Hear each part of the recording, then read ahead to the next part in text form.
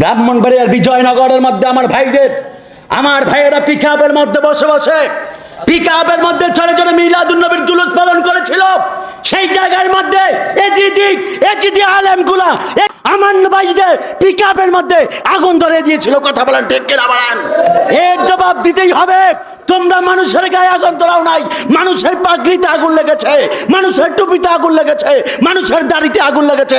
নবীর সুন্নতে আগুন আঘাত করে হাসরের ময়দানে নবীর সামনে কি নিয়ে দাঁড়াইবা? জবাব দিতে হবে ঠিক কিনা বলেন? আমরা জুলুস করলেই জ্বলে, নবীর আগমনে মিছিল করলেই জ্বলে।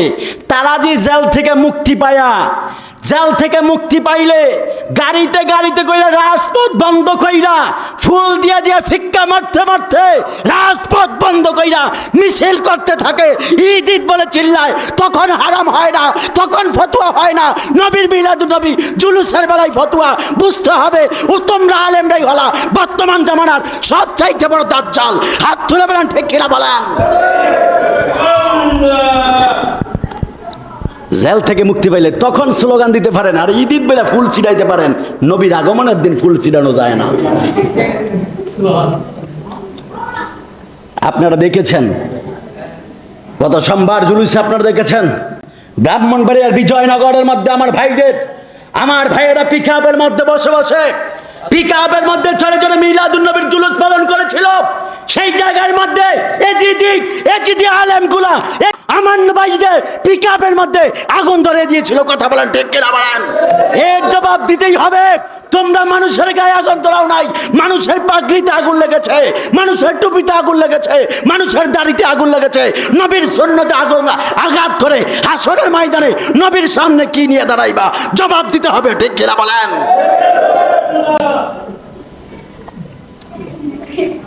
আপনারা দেখেছেন ফেসবুকের পৃষ্ঠায় আমার ভাইদের ব্রাহ্মণবাড়িয়াতে বিজয়নগরে জুলুস করতেছে, পিকআপের মধ্যে তারা আগুন ধরে দিয়েছে। নাউজুবিল্লাহ কইতেন না? জবাবগুলো দিতে হবে।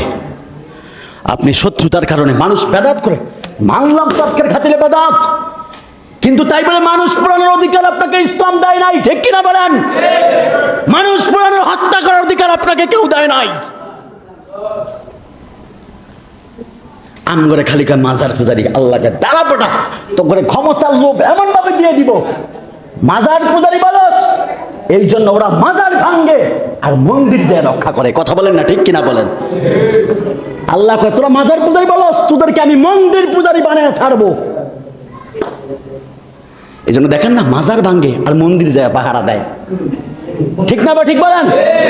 হাবিবে পাকের সাথে গাদ্দারি না, আমার হাবিবে পাকের আজমতের সাথে গাদ্দারি। আল্লাহ দাঁড়া বেটা, বুঝে নেই তোরা মাজার পূজারি বলস, আমি তোদেরকে মন্দির পূজারি বানিয়ে ছাড়বো। কষ্ট নিতেছেন আপনারা?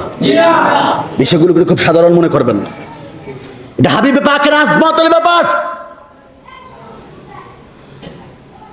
প্রয়োজনে গর্দানটা বিছিয়ে দিব। কথা বলেন না ঠিক কিনা বলেন? নবীর সম্মানকে আমাদের সামনে হায়াত থাকা অবস্থায় ছোট করতে দিব না। কত বড় বেয়াদব হতে পারে। এই যে রাসূল পাকের যে মানুষগুলো গায়ে আগুন ধরাইছে, দাড়িগুলো পুড়ে যায় নাই? পুড়ে নাই?